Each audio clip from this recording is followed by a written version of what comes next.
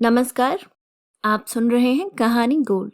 आइए दोस्तों सुनते हैं डॉक्टर पुष्पा सक्सेना जी की लिखी कहानी अकस्मात। टैक्सी रोकने को उठे। मीता के हाथ पर किर के साथ येलो कैब रुक गई। टैक्सी ड्राइवर एक सौम्य अमेरिकी युवक था। थोड़ा सा टैक्सी का शीशा उतार शालीनता से अंग्रेजी में पूछा था, यस मिस, आइए, कहाँ जाना है? अपने कॉलेज का नाम बताती मीता कैब में बैठ गई थी।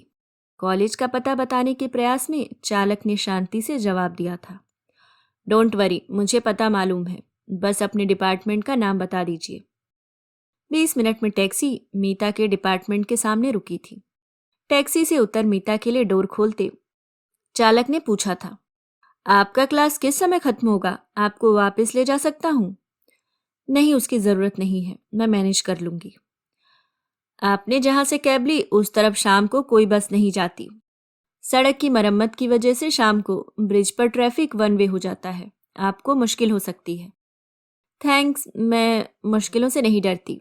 उसकी बात अधूरी काट मीता ने कहा, एनीवे, ये लीजिए, मेरा कार्ड रख लीजिए, शायद कभी जरूरत में काम आ सकूं। पेमेंट करती मीता के हाथ पर उसने अपना कार्ड रख दिया। कार्ड देने के बाद तुरंत टैक्सी स्टार्ट करके वह जा चुका था। मीता के मन में आया कार्ड पर्स में न रखे। फिर कुछ सोचकर कार्ड पर सरसरी निगाह डाली थी। कार्ड पर रिचर्ड ब्राउन नाम के साथ टेलीफोन नंबर दिया हुआ था। मीता को अमेरिका आए अभी 1 सप्ताह ही हुआ था। बेटी को अमेरिका भेजते पापा और मम्मी को यही संतोष था कि पापा के एक मित्र का पुत्र राजीव अपने परिवार के साथ इसी शहर में रहता था। 4-5 दिन राजीव के घर रहती मीता को पूरे परिवार ने इस तरह से अपना लिया मानो वे उसे बहुत पहले से जानते थे। राजीव की पत्नी नीरा और 5 वर्ष की बेटी नेहा मीता के आने से बेहद खुश थी। मीता के आग्रह पर राजीव ने अपने घर के पास ही मीता के लिए एक अपार्टमेंट अरेंज कर दिया था। राजीव के परिवार के पास अपार्टमेंट लेने से मीता नए शहर में अपने को अजनबी महसूस नहीं कर रही थी। एक बात तो मीता की समझ में आ गई, अमेरिका में कार के बिना जीवन गतिहीन है। जल्दी ही उसे ड्राइविंग स्कूल ज्वाइन करना होगा। आज उसने अपने आप कॉलेज जाने का निश्चय किया था। राजीव ने बताया था, नियत समय पर एक बस यूनिवर्सिटी के विद्यार्थियों को बस स्टैंड से ले जाती है। लौटने के लिए भी एक नियत समय पर वह वापस आ सकती है। अगर बस मिस हो गई तो टैक्सी ली जा सकती है। आज अपार्टमेंट की चाबी खोजती मीता बस के लिए लेट हो चुकी थी, पर जल्दी ही टैक्सी मिल जाने से वह समय पर पहुंच गई। एमबीए करने आई मीता को अपना डिपार्टमेंट बहुत अच्छा लगा था। प्रोफेसर के लेक्चर उसे प्रभावित करने में पूर्ण सक्षम थे। मीता के साथ अमेरिकी तथा कुछ बाहर के देशों के विद्यार्थी भी थे। मीता का साथ की लड़कियों के साथ परिचय बढ़ने लगा। उसके साथियों ने उसे आसानी से अपना लिया। यह निश्चित था, अमेरिका में जाति धर्म का कोई भेदभाव नहीं था। मीता ने महसूस किया कि यहाँ अधिकांश विद्यार्थी पढ़ाई के लिए बहुत सीरियस थे। क्लास डिस्कशन में सबकी भागीदारी होती, आपस में भी सब सहज और खुले मन से बातें करते। मीता सोचती, अमेरिका आकर उसने गलती नहीं की। आज प्रोफेसर मॉरिस ने अपने लेक्चर के बाद लाइब्रेरी में कुछ अच्छी रेफरेंस बुक्स के नाम दिए थे। नीता उन किताबों को लेने लाइब्रेरी पहुंची, पर अभी उसका लाइब्रेरी कार्ड नहीं बना था। किताब लेकर लाइब्रेरी के एक कोने में बैठ मीता किताब पढ़ने लगी। अपनी तल्लीनता में मीता को समय का अंदाजा ही नहीं हुआ। बाहर आने पर अंधेरा देख मीता समझ गई, उसकी बस नियत समय पर जा चुकी थी। यूनिवर्सिटी के बस स्टैंड पर 4-5 लड़के किसी बस की प्रतीक्षा कर रहे थे। मीता ने जब उनसे अपने अपार्टमेंट की ओर जाने वाली बस या टैक्सी के बारे में पूछा तो उन्होंने वही सूचना दी जो सवेरे रिचर्ड ने दी थी। मीता के पास किसी और टैक्सी का नंबर भी नहीं था। अंततः रिचर्ड को कॉल किया। रिचर्ड रिचर्ड मैं मीता बोल रही हूँ, सवेरे मुझे कॉलेज लाए थे, क्या मुझे वापस ले जाने को आ सकते हो? माई प्लेजर, 10 मिनट में पहुंच जाऊंगा, बस स्टैंड पर वेट कीजिएगा। येलो कैब आती देख मीता ने आश्वस्ति की सांस ली। यह सच था, उसका अपार्टमेंट शहर के बाहरी हिस्से में पड़ता था, पर राजीव का घर पास होने से उसे उनका बड़ा सहारा था। थैंक्स, आप इतनी जल्दी कैसे पहुंच गए? कैब में बैठती मीता ने पूछा। मैं कंप्यूटर डिपार्टमेंट में काम कर रहा था, आपकी परेशानी का अंदाज था, फोन मिलते ही आ गया। कंप्यूटर डिपार्टमेंट में तुम क्या कर रहे थे? मीता विस्मित थी। आजकल कंप्यूटर के बिना काम नहीं चलता, अच्छी नौकरी की कोशिश में हूँ। तुमने कहाँ तक पढ़ाई की है? मीता ने जानना चाहा। आप जितना लकी नहीं हूं जिन्हें माँ बाप का सहारा मिलता है। अपनी मेहनत से जितना पढ़ पा रहा हूं पढ़ रहा हूं। उसकी आवाज में उदासी थी। अपनी हिम्मत से आगे बढ़ने की कोशिश कम लोग ही कर पाते हैं, मीता ने तसल्ली दी। शुक्रिया, आपकी बात से मुझे हौसला मिला है, उसने हिंदी में कहा। क्या तुम हिंदी बोल सकते हो? मीता का कौतूहल बढ़ता ही जा रहा था। थोड़ी सीख रहा हूं, अभी ज्यादा नहीं सीख पाया हूं, पर एक दिन अच्छी हिंदी बोल सकूंगा। तुम हिंदी क्यों पढ़ना चाहते हो? मेरे बाबा हिंदुस्तान में बहुत साल रहे थे। उनसे इंडिया की इतनी बातें सुनी है कि मुझे भी एक बार हिंदुस्तान जरूर जाना है। इंडिया में तो लोग अंग्रेजी भी जानते बोलते हैं, तुम बिना हिंदी सीखे भी तो जा सकते हो। नहीं, मेरा सोचना है जिस देश में जाओ वहां की भाषा जरूर आनी चाहिए। आप क्या अंग्रेजी के बिना इस देश में आकर सम्मान पा सकती? मीता अनुत्तरित रह गई। इतना जरूर समझ गई कि इस रिचर्ड नाम के इंसान के अंतर में कुछ कर गुजरने की आग है, वह सामान्य से कुछ अधिक जरूर है। नहीं, मुझे खुशी है तुम मेरे देश की भाषा सीखना चाहते हो। अगर आप चाहें तो मैं रोज आपको अपनी टैक्सी में कॉलेज ला सकता हूँ। नहीं रिचर्ड, अभी रोज टैक्सी में आना जाना अफोर्ड नहीं कर सकती। आज की तरह जब कभी जरूरत होगी तुम्हें जरूर बुलाऊंगी। आप मुझे बस का ही पेमेंट करना। मैंने रामायण और गीता अंग्रेजी में पढ़ी है, उन्हें हिंदी में पढ़ना चाहता हूँ। आप हेल्प करेंगी ना? चेहरे पर उत्सुकता स्पष्ट थी। मुझे खुशी है कि तुम्हें हिंदी भाषा और हमारी पुस्तकों में रुचि है, पर अपनी भाषा सिखाने के लिए पैसे नहीं ले सकती ना ही तुम्हें बस का किराया देकर तुम्हारा नुकसान कर सकती हूँ।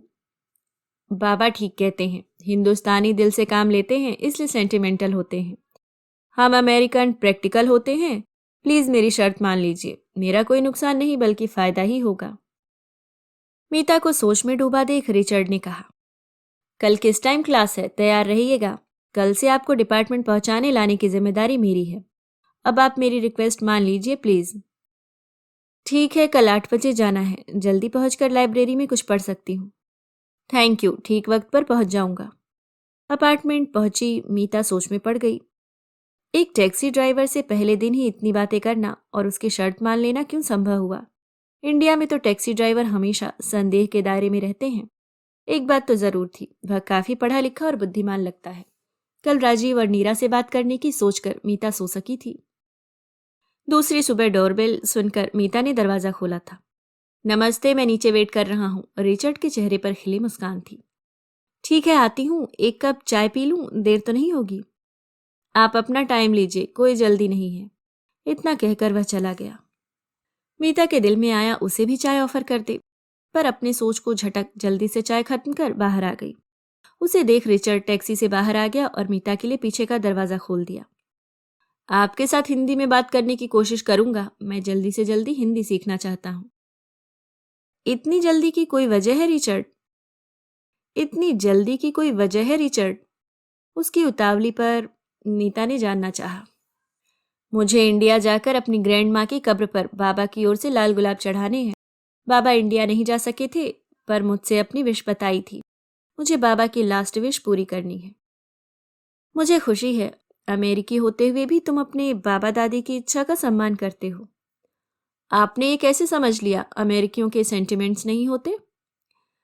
सॉरी, मेरा ऐसा मतलब नहीं था। मीता को अपनी गलती समझ में आ गई।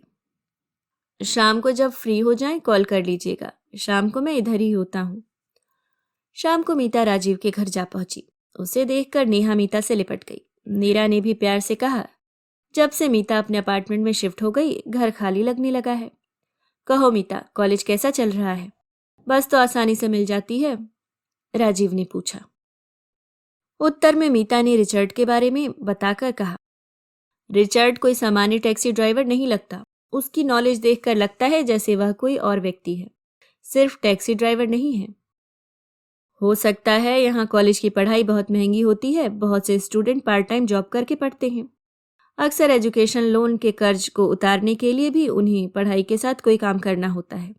वक्त मिलने पर इस रिचर्ड के बारे में पता करूंगा, राजीव ने कहा। डिनर के बाद सबके साथ आइसक्रीम खाकर वापस लौटी मीता खुश थी।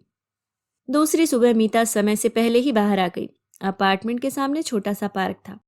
कुछ देर खुली हवा में घूमने से ताजगी मिलती है। अचानक उसकी निगाह पार्क के कोने में एक बेंच पर बैठे रिचर्ड पर पड़ी थी। गोद में लैपटॉप लिए रिचर्ड की उंगलियां तेजी से कुछ टाइप कर रही थीं। विस्मित मीता चुपके से रिचर्ड के पीछे जा खड़ी हुई।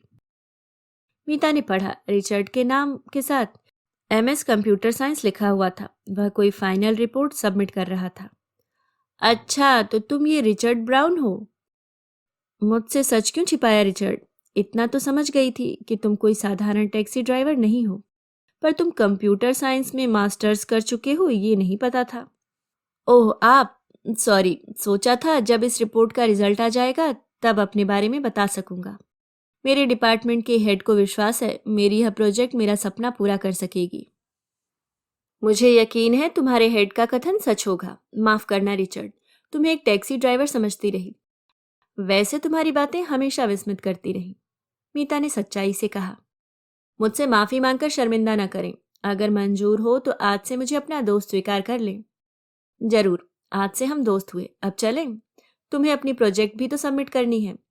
अब तुम मुझे मीता जी नहीं, सिर्फ मीता कहना। वैसे भी तुम कंप्यूटर साइंस में मास्टर्स पूरा कर चुके हो और मैं अभी MBA कर रही हूँ, तो तुम मुझसे सीनियर हुए ना। अब जल्दी ही मुझे अपने लिए कार खरीदनी होगी। आपने कहा था कि आप ड्राइविंग सीखना चाहती हैं। अपनी कार पर आपको ड्राइविंग सिखाऊंगा। रिचर्ड मुस्कुरा रहा था। सच, मुझे ड्राइविंग सिखाओगे? मीता की आवाज में उत्सुकता थी। अपनी दोस्त के लिए इतना करना तो मेरा फर्ज है मीता। रिचर्ड ने एक गहरी दृष्टि मीता पर डाली थी। एक सप्ताह बाद कॉलेज जाने के लिए बाहर आई मीता येलो कैब की जगह एक सफेद कार देखकर सोच में पड़ गई। तभी खुशी से उमगते रिचर्ड ने एक लाल गुलाब मीता को देते हुए कहा, मेरा सपना सच हुआ मीता, मुझे अपने डिपार्टमेंट में लेक्चरर का जॉब मिल गया। मेरी प्रोजेक्ट को इंटरनेशनल सेमिनार में प्रेजेंट किया जाएगा। अभी तो बस यह पहला कदम है, मुझे बहुत आगे जाना है। बधाई रिचर्ड, तुम्हारी सफलता पर मुझे गर्व है, गुलाब लेती मीता ने कहा। एक दिन आपने कहा था मेहनत करने वाला आकाश छू सकता है। शायद वो बात मेरी इंस्पिरेशन बन गई, तभी इस प्रोजेक्ट को शुरू किया था। कब सोचा था, एक चर्च के ऑर्फनेज में पला बढ़ा, एक दिन ये रिचर्ड इतना कुछ पा सकेगा। तुमने कभी अपने बारे में कुछ नहीं बताया। क्या तुम्हारे पेरेंट्स नहीं रहे, इसलिए चर्च के अनाथालय में रहना पड़ा? मीता सहानुभूतिपूर्ण थी। मैं एक ब्रोकन फैमिली की औलाद हूँ मीता। ब्लैक पापा और अमेरिकी मॉम की बेमेल शादी किस तरह 11 साल तक चली।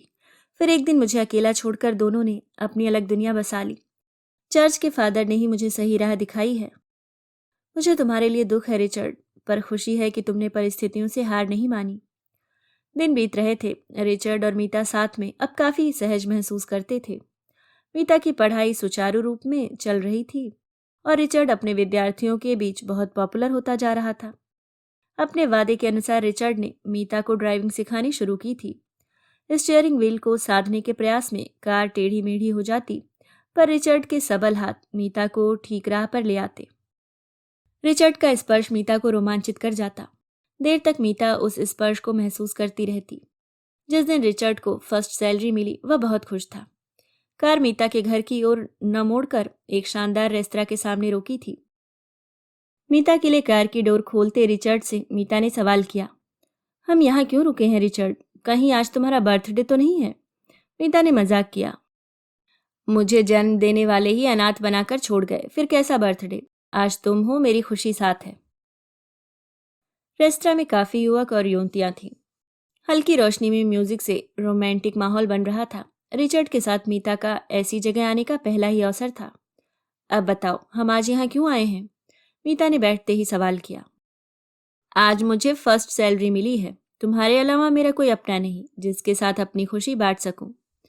रिचर्ड उदास था। Now cheer up. रिचर्ड, सोचो, तुम जिंदगी में सफल रहे, अपना सपना पूरा किया है। ठीक कहती हो मीता, बताओ डिनर में क्या लोगी? दोनों के पास वाली टेबल पर दो हिंदुस्तानी युवक जमकर ड्रिंक कर रहे थे। उनकी निगाहें मीता और रिचर्ड पर थीं। एक ने नशे में आवाज लगाई, ए यू टैक्सी ड्राइवर, यहाँ आने की तेरी हिम्मत कैसे हुई? जानता नहीं इस रेस्टोरेंट में सूट टाई वाले बड़े लोग आते हैं। हे मिस, ये इंसान आपके स्टेटस का नहीं है, आओ हमारे साथ एंजॉय करो। दूसरा मीता की तरफ बढ़ा था। दोनों की आवाजें लड़खड़ा रही थीं। जैसे उस शराब में धुत युवक ने मीता का हाथ पकड़ना चाहा, रिचर्ड ने उसका हाथ झटक कर उसे मीता से दूर करना चाहा। यह देख दूसरा युवक आकर रिचर्ड पर मुक्के बरसाने लगा। रिचर्ड ने जवाब में उन्हें रोकने की कोशिश की। तभी पहले युवक ने खाली बोतल रिचर्ड के सर पर दे मारी। रिचर्ड के माथे से खून निकलने लगा। यह देखकर रेस्तरां में खलबली मच गई। कुछ लोगों ने दोनों को रोका और रिचर्ड को हॉस्पिटल पहुंचाया। घबराई मीता रिचर्ड के साथ बैठी उसके माथे से बहते खून को अपनी साड़ी के आंचल से पोंछ रही थी। रिचर्ड का घाव साफ करके बैंडेज कर दी गई। डॉक्टर की राय थी रिचर्ड को रात में हॉस्पिटल में ऑब्जर्वेशन के लिए रखा जाएगा। रिचर्ड के लाह कहने पर भी मीता घर लौटने को तैयार नहीं हुई। उसी के कारण रिचर्ड घायल हुआ था। रिचर्ड की चोट से मीता की आंखें छलछला आई। सॉरी मीता, तुम्हारी आज की शाम बर्बाद हो गई। देखा मेरा लक, मुझे किसी के साथ खुशी बांटने का भी हक नहीं है। तुम तो ठीक हो ना? दुखी आवाज में रिचर्ड ने कहा। तुम बच गए रिचर्ड, इससे ज्यादा मेरी और क्या खुशी हो सकती है। वो गुंडे कुछ भी कर सकते थे। पूरी रात रिचर्ड की बेड के पास बैठी मीता जागती रही। मीता का हाथ किसी अवलंब की तरह पकड़े रिचर्ड सो गया। मीता का मन रिचर्ड के लिए करुणा और प्यार से भरा आ रहा था। कितना अकेला है रिचर्ड। इस समय बस मीता ही जैसे उसकी सब कुछ थी। हॉस्पिटल से वापसी के समय मीता रिचर्ड को जिद करके अपने घर ले गई। वीकेंड के कारण दोनों का अवकाश था। मीता को पूरी लगन और प्यार से अपनी सेवा करते देखना रिचर्ड के लिए एक अनुभव था। सोचता हूं मैं ऐसे ही चोट खाता रहूं या बीमार हो जाऊं ताकि तुम हमेशा इसी तरह मेरे पास रहो। अब अगर ऐसी बातें की तो अभी तुम्हें तुम्हारे घर भेज दूंगी। मीता ने रोष दिखाया। दोनों अब जैसे एक दूसरे की जरूरत बन गए थे। एक दूसरे का साथ उन्हें अच्छा लगता। मीता के हाथ का बना हिंदुस्तानी खाना रिचर्ड को बहुत अच्छा लगता।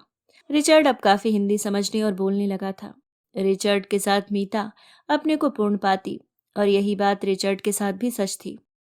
राजीव सपरिवार 1 माह के लिए इंडिया गया हुआ था। राजीव के परिवार की अनुपस्थिति में भी रिचर्ड के कारण अब मीता को अकेलापन नहीं खलता था।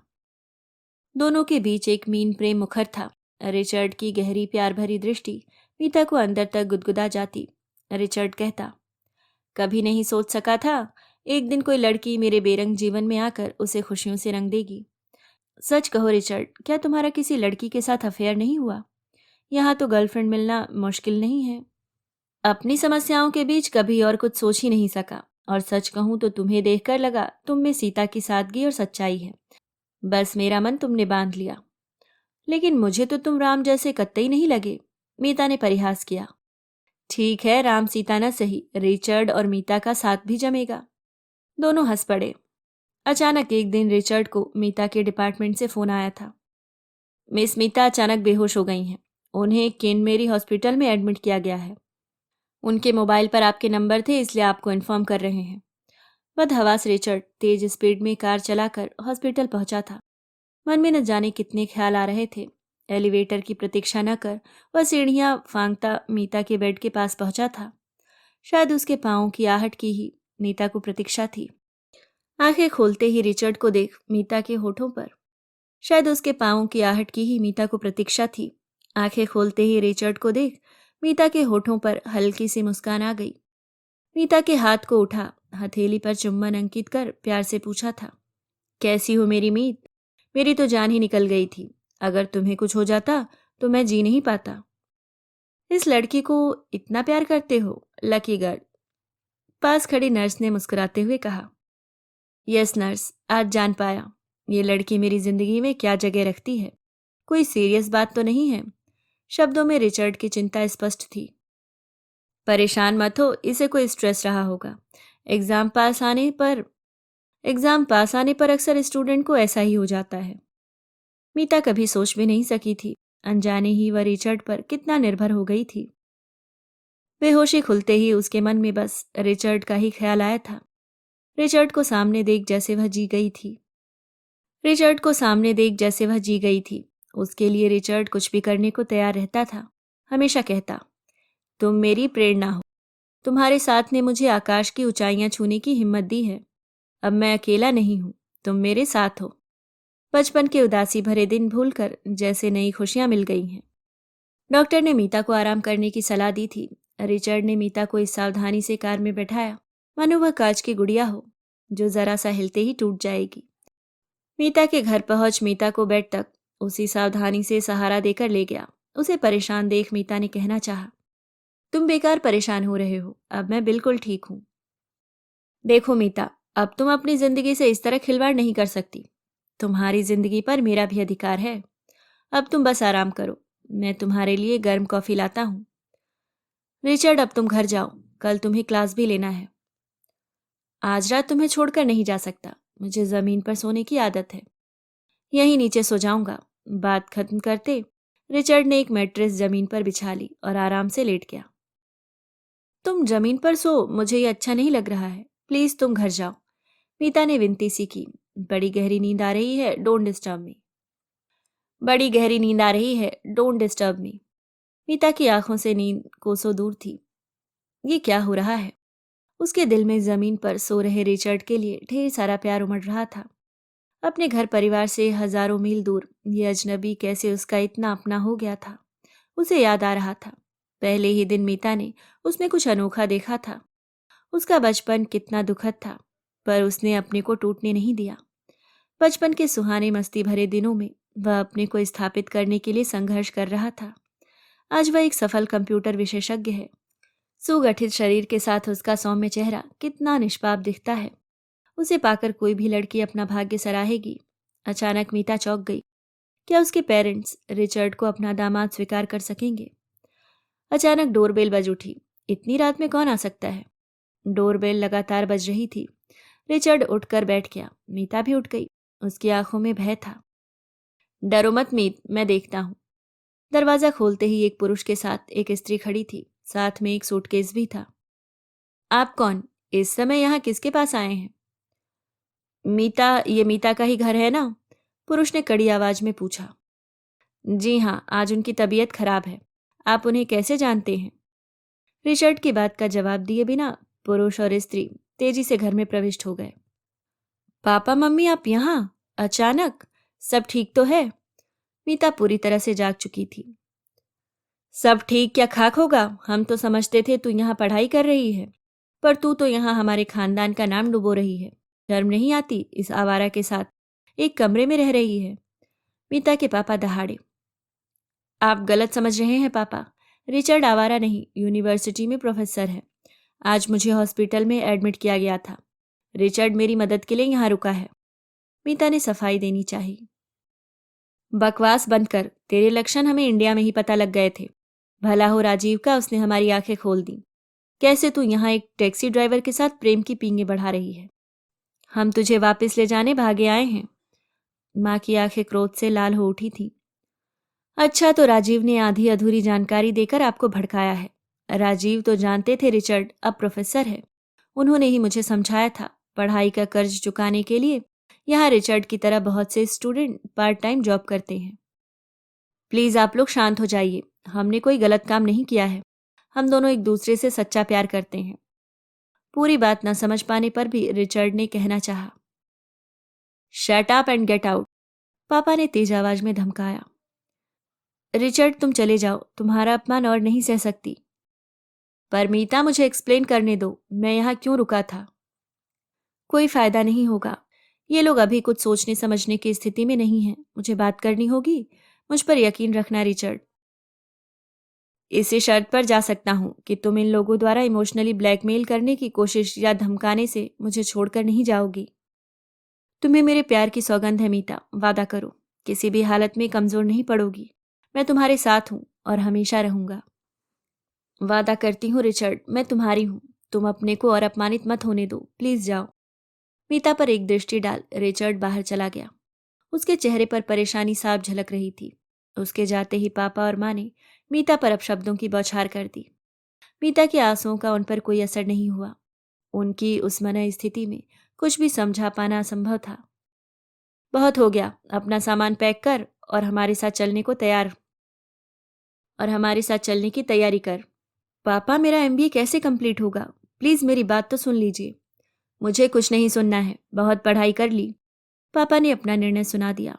मैंने सोचा नहीं था मेरी कोख से ऐसी कुलक्षणी जन्म लेगी। एक टैक्सी ड्राइवर के साथ प्यार कर बैठी है, जिसके माँ बाप तक का पता नहीं है। माँ कोस रही थी। मम्मी, पहली बात तो यह है कि रिचर्ड टैक्सी ड्राइवर नहीं, प्रोफेसर है। दूसरी बात, यहाँ टैक्सी ड्राइवर को भी इज्जत की निगाह से देखा जाता है।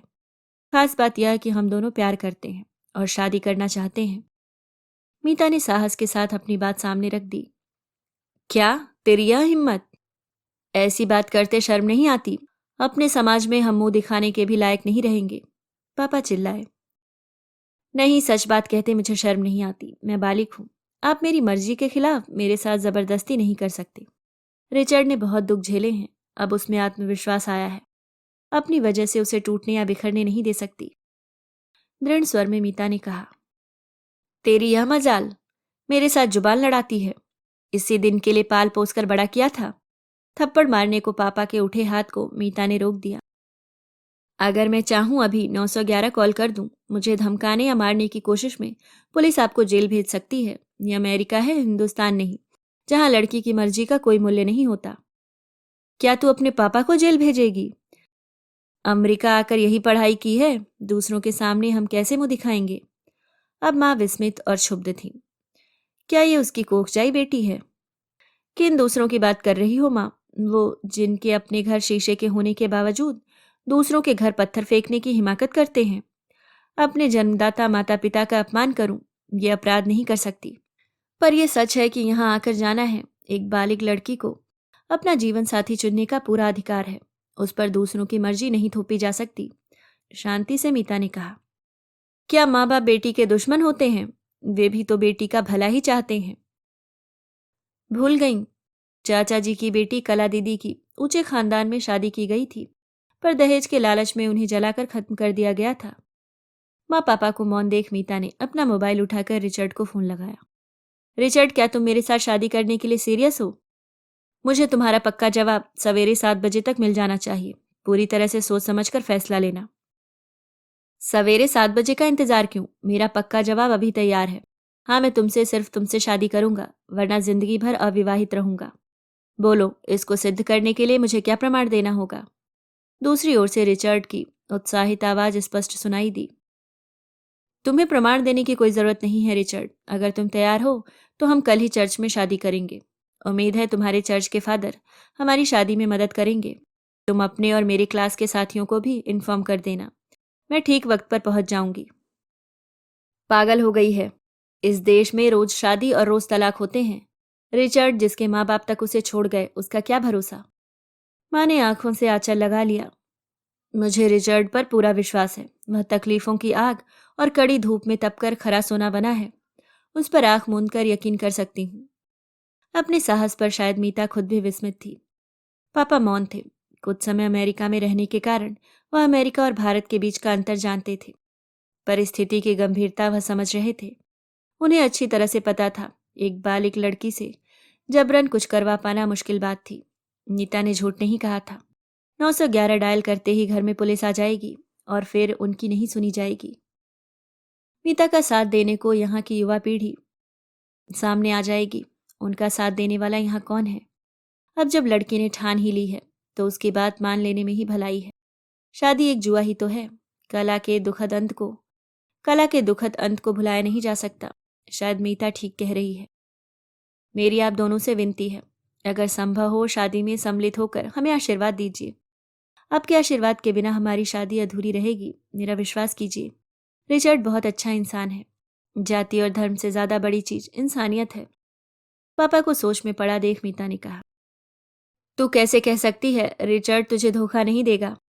पापा ने आखिरी सवाल पूछा। रिचर्ड सेल्फ मेड इंसान है। पापा, आपने भी तो जीवन में बहुत संघर्ष झेला है और ऐसे लोगों की आप इज्जत करते रहे हैं।